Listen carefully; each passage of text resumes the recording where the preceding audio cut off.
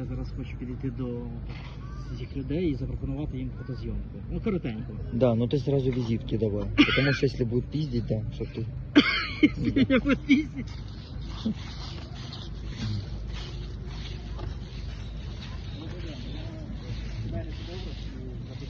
Знімаю людям портрети. Я хотів би мати портрет.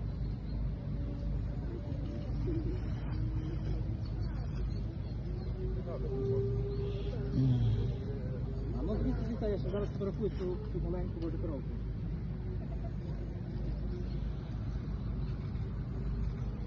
Клас. Дивіться, як прикольно вийшло. Ока.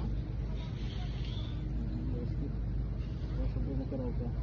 І також я зазняв ось перед цим вас. Ось, виглядає тут.